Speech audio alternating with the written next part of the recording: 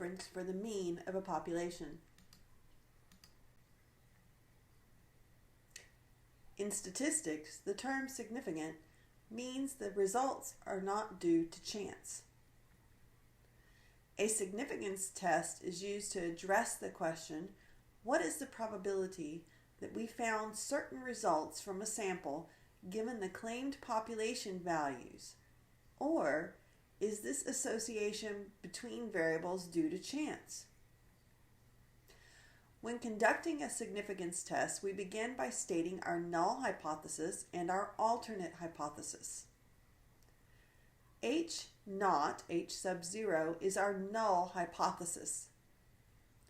The null hypothesis states that there is no effect or change in the population.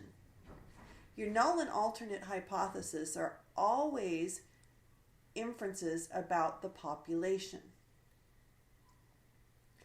Your null hypothesis is the statement being tested in a test of significance. H sub A is the alternate hypothesis. The alternate hypothesis describes the effect we suspect is true. In other words, it's the alternate to the no effect of the null hypothesis. For inference about a population mean, our null hypothesis will always be that mu is equal to mu naught.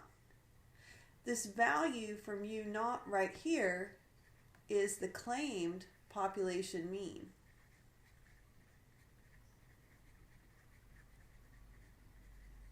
It's not the value that you get from your sample.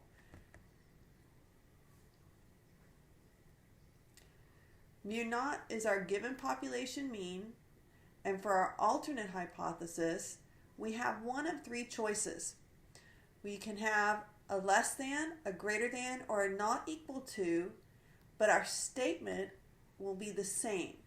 So for instance, if we're claiming that a population mean is 52, then 52 would replace this value, and it would be the same value replacing whichever alternate hypothesis we choose.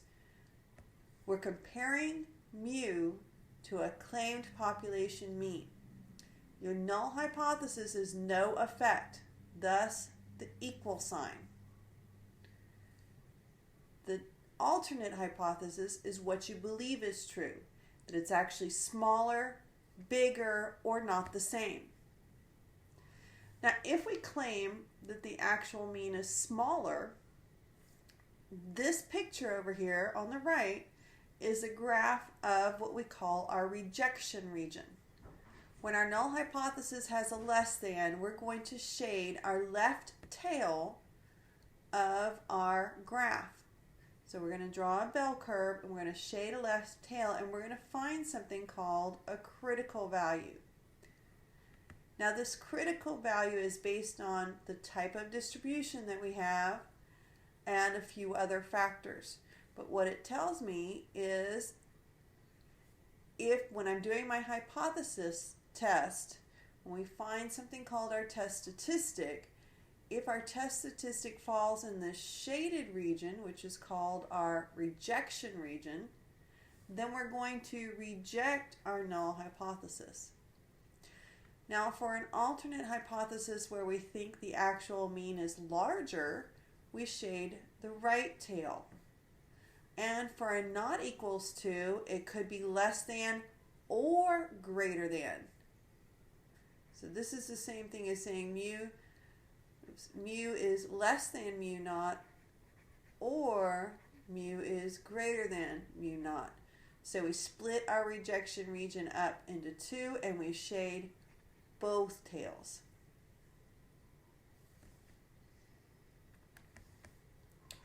The probability computed assuming that you know the null hypothesis is true, that the test statistic would take on a value as extreme or more extreme than our observed value, is called the p-value of our test. Again, this is the probability, if we assume the null is true, that we would get the values that we have in our sample. A result with a small p-value is called statistically significant. It means that what we got for our value was not because of chance. So in other words, chance alone would rarely produce so extreme a result. We say that a value is statistically significant when the p-value is small or smaller than a given significance level, which we represent with alpha. If we don't have alpha, we can interpret our results from our p-value like this. If the p-value is less than 1%, there's overwhelming evidence to infer that the alternate hypothesis is true. Now, technically, what we say is not that the alternate hypothesis is true. We say that we reject the null hypothesis in favor of the alternate. If the p-value is between 1 and 5%, we consider that strong evidence. Between 5 and 10, there's weak evidence. We really like our significance level to be below 5% to say that it's statistically significant. If it exceeds 10%, there's no evidence to infer that we should reject the null hypothesis or conclude that the alternate is true. So we follow specific steps when we're performing a test of significance. First, we always must check our assumptions. If we don't have all our assumptions met, we need to state that in our conclusion. Even though we didn't meet such and such or whatever, based on what we did have, we found this evidence. Number 2, we're going to state our null and alternate hypothesis. Then we'll graph our rejection region and label our critical values. Calculate what's called our test statistic. Find our p-value, the probability. And if our p-value is less than our alpha, our significance level, we can reject the null hypothesis in favor of the alternate hypothesis. If our p-value is greater than alpha, we're going to fail to reject. Once we've done all of our work, we're going to give a conclusion in the context of the problem, and we can state that we have 1 minus alpha times 100% confidence with our results. We'll see 2 types of tests when working with a single population mean. One is a one sample mean z-test. The other is the one sample mean t-test. For the z-test to be used, we need an SRS of size n from the population. We must know the population standard deviation. This is a big one here. This is the biggest difference between a z-test and a t-test. For a z-test, the population standard deviation is known. Last, we must have either a normal population or a large enough sample.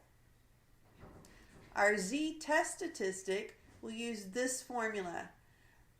X bar minus mu naught, so our sample mean minus our claimed population mean, divided by the quantity of the population standard deviation over the square root of the number in our sample. For a t-test regarding one single mean, we need an SRS of size n from our population. We do not know our population standard deviation, so we must find our sample standard deviation instead. And we need a normal population or a large enough sample.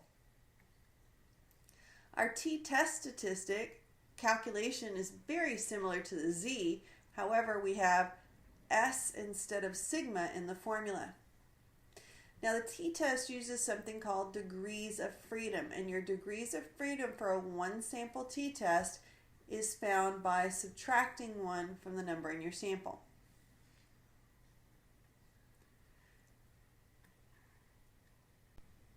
Example 1. Mr. Murphy is an avid golfer. Suppose he's been using the same golf clubs for quite some time. Based on this experience, he knows that his average distance when hitting the ball with his current driver under ideal conditions is 200 yards with a standard deviation of 9. Now he's talking about his current club, so he's considering this to be his population information. Notice that this is all in the same sentence. So this mean, this standard deviation, both belong with his current driver. These are his claimed mean and population values. So we're going to call that mu naught, and his sigma is 9. After some preliminary swings with new drivers, he obtains the following sample of driving distances. So this is my sample data. Now I've kept it small because of example time and such. We're not told anything about a normal distribution here, and this is obviously less than 30. However, we're going to make the assumption that our original distribution is normal in order to perform the hypothesis test. Since we have the population standard deviation and we're making an inference about a single mean, we're going to use a z-test. Okay, so one sample z-test is what we're using because again we have the population standard deviation and we will assume the population is normal since we don't have n greater or equal to 30. Assuming the distributions is normal, do we think the new clubs do a better job? Well, from this sample data, we need to add them all up and divide by how many we have, which is 10. So we get a sample mean value of 204.6.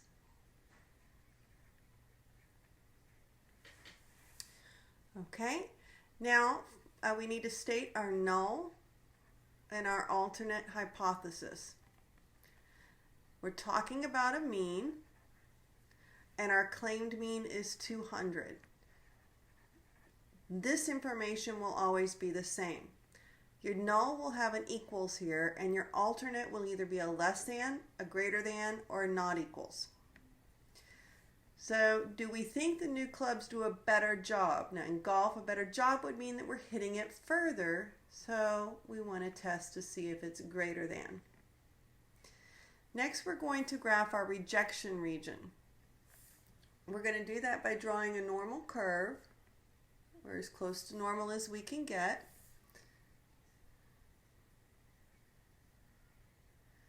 And this is a greater than, so we shade the right tail. You can think of it as our alternate hypothesis is pointing us in the direction that we need to shade.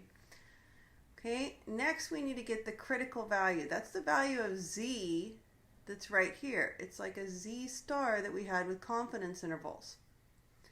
Since they did not give us a value for our significance level, let's use an alpha value of 0.05. Now the significance value that we have, the 0.05, is the area that we shade. In a one-tail test, alpha is equal to the tail. When we have a two-tailed test, we've shaded both tails for not equals, we have to split alpha in half in order to find our critical value. So what we're wanting is the value of z such that the probability to the right of z is 0.05. We can also think of this as the probability to the left as 1 minus 0.05. So if we've shaded 0.05, the rest of the curve is 1 minus 0.05. So we can do inverse norm or Q norm of 0.95. And what that gives me is a critical value of 1.645.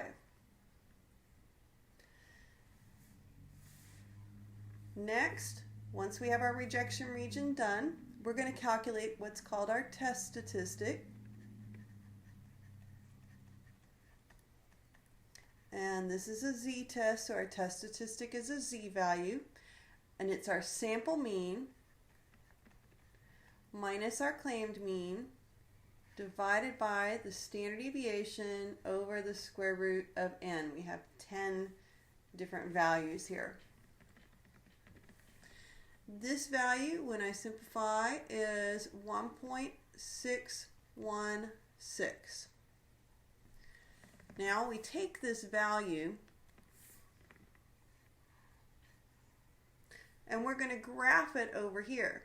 Now my critical value z, this value right here, is 1.645. 1.616 will be slightly to the left.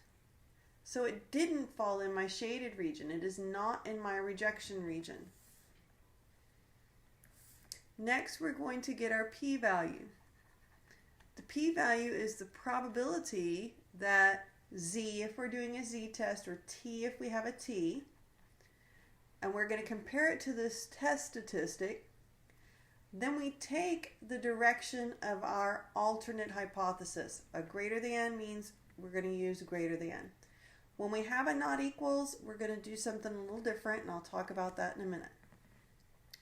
So I'm going to find the probability that z is greater than 1.616. Remember, z represents a standard normal distribution. So we're going to use either normal CDF or pnorm commands to get this value, and it will be 0.0530. This is bigger than our alpha value of 0.05, so we are going to fail to reject our null hypothesis, which states that the mean driving distance is 200 yards. Now back to our calculation of our p-value. If we're using the calculator, this will be normal CDF.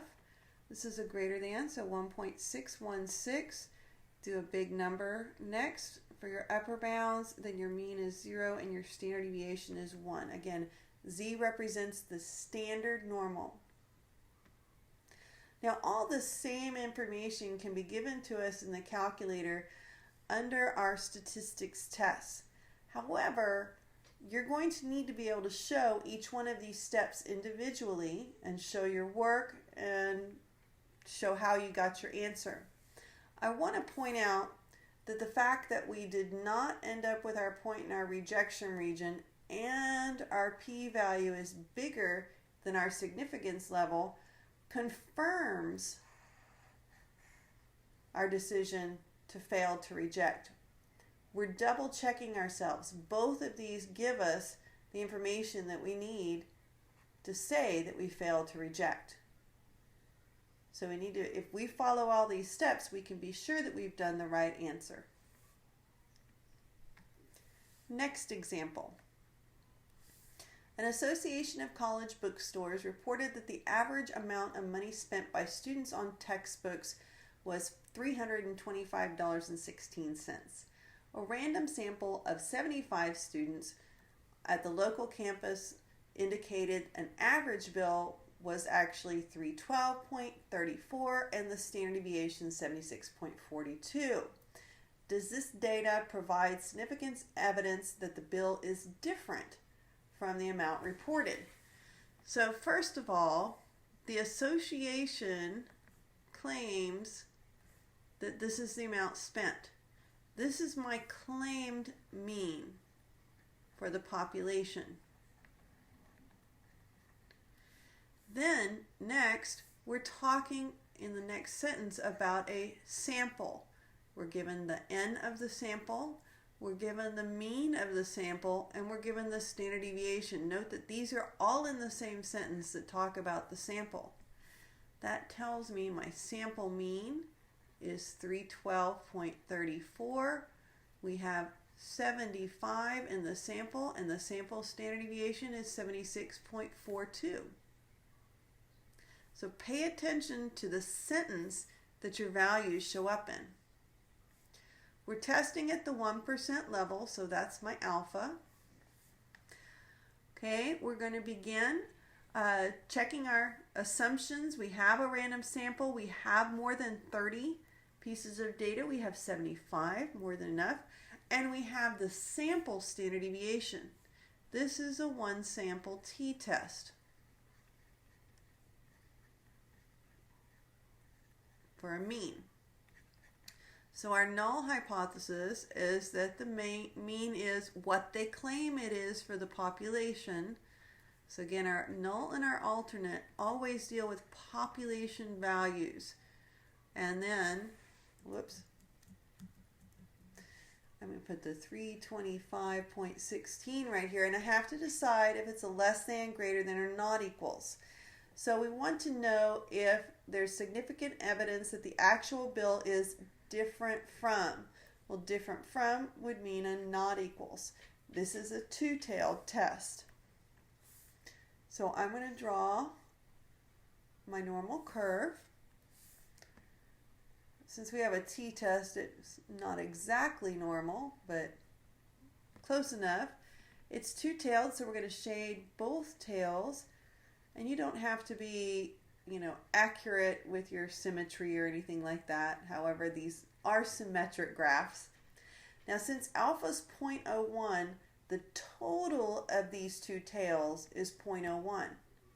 So that means that this one's 0.005 and this one's 0.005, because when I add them up, I get 0.01.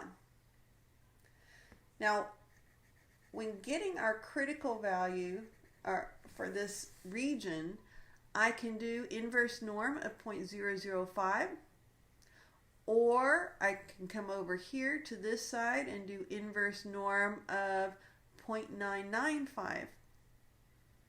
Either way, one's going to give me the negative and the other one's going to give me the positive value for the rejection region. For this graph, it's 2.644. Now let me show you how to get that. This is a t, not a z. So I said inverse norm. I'm sorry, I meant inverse t. This is a t distribution.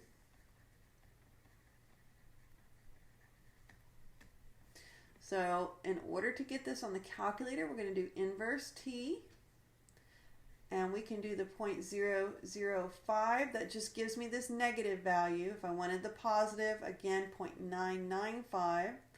And then we need our degrees of freedom, which is n minus 1. So our degrees of freedom is 75 minus 1, which is 74. If I'm using RStudio, my command would be qt. And then my value and my degrees of freedom. Now, once again, the 0.005 gives me the critical value over here on the left that's negative. If I did 0.995 instead, that would give me this critical value.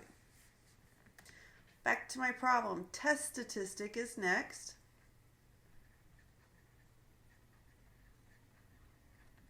And so this is a t-test, so my test statistic is a t. It's our sample mean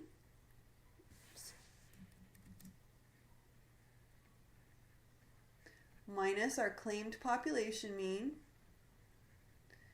divided by standard deviation over the square root of n. And we will get for our test statistic the value negative 1.4528. Now, first of all, note that the center of this graph is 0, just like our standard normal. Now I'm going to plot negative 1.4528 in here, and it's somewhere in between this negative 2.644 and 0. I'll just label it with a t, or my test statistic t. And you can see it does not fall in my rejection region. I will be failing to reject, but we're going to confirm this by next getting our p-value. Again, your p-value is the probability that our sample would have yielded these results if the null hypothesis is true. We only consider it significant if the p-value is smaller than our alpha. Okay, so our p-value is the probability that t is less than or greater than. So how do we decide what we're doing? We have two parts to a two-tailed test. So, in other words, less than this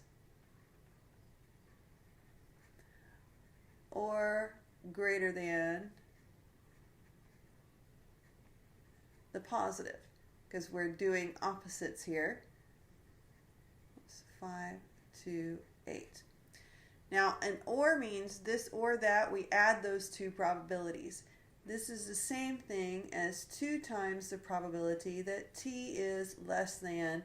I'm going to choose the less than because we had the negative test statistic, and I'm going to tell you a way to remember this.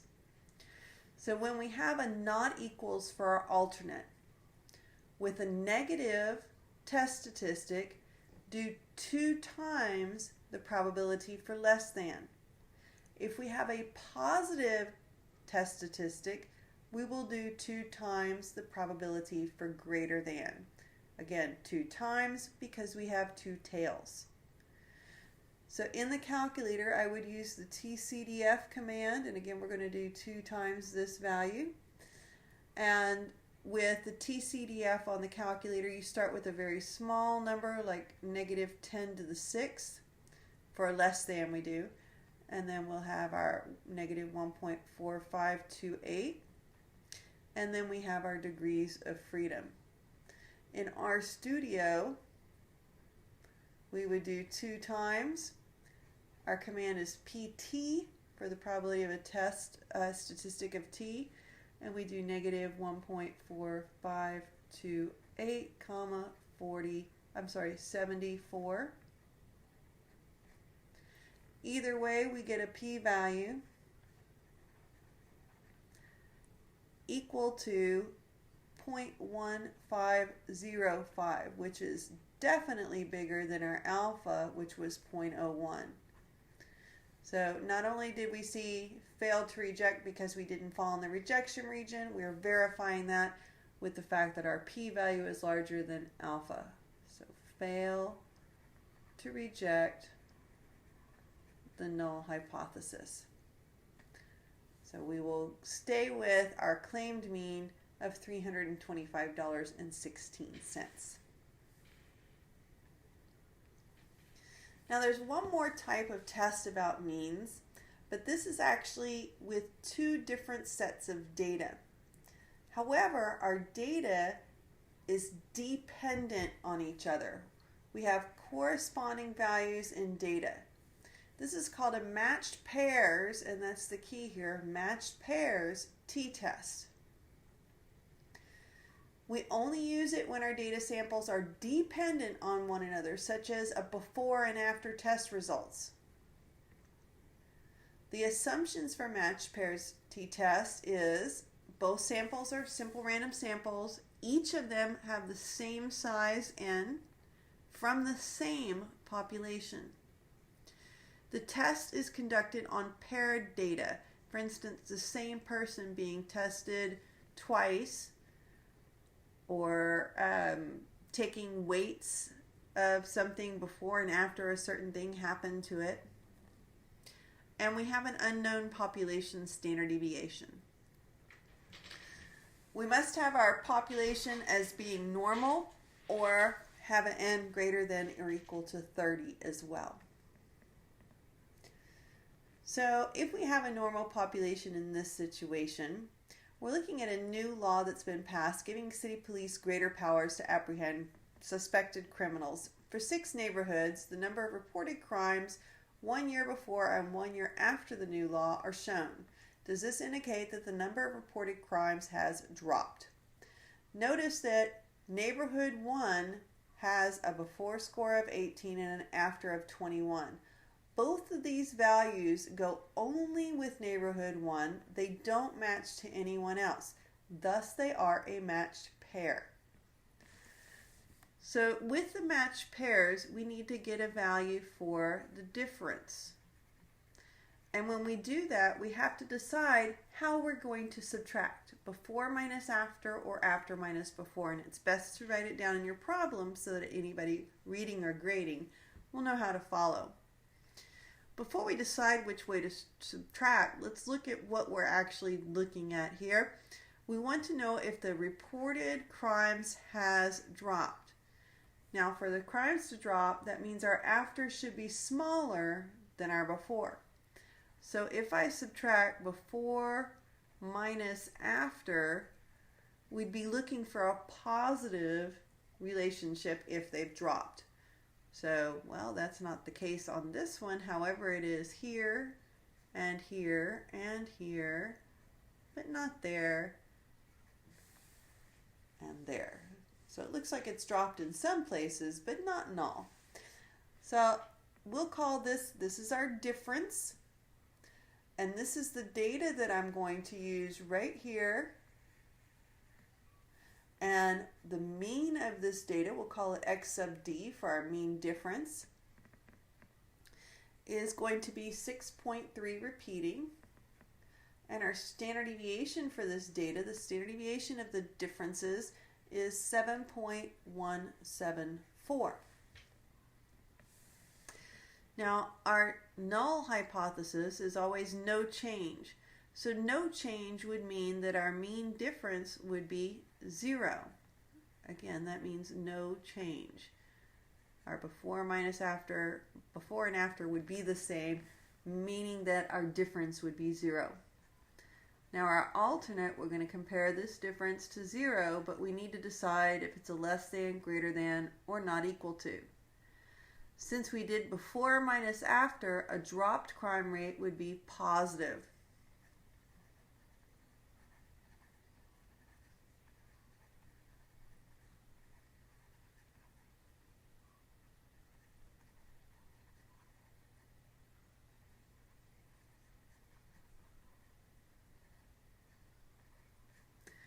Okay, now let's draw our rejection region.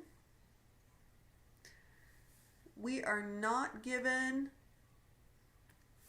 what our significance level should be, so we're going to choose an alpha of 0.05. We'll go for that as our default.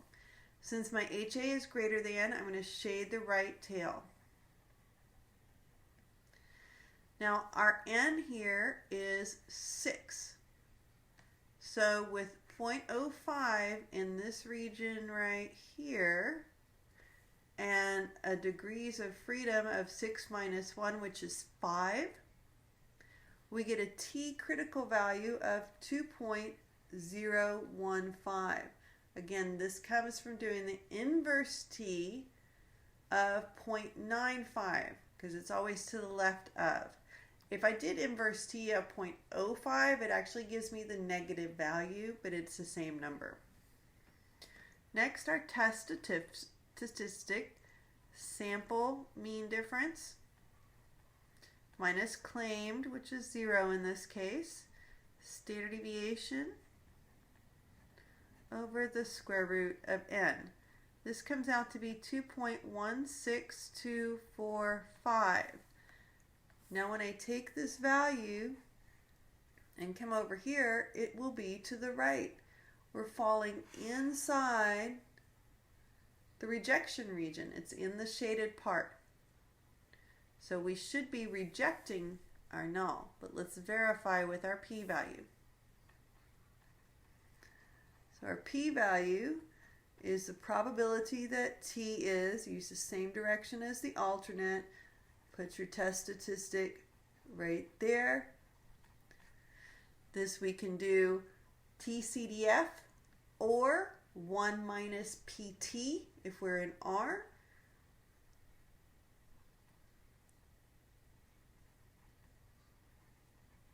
So using TCDF or greater than, that would be 2.16245, and then a big number like 10 to the 6th.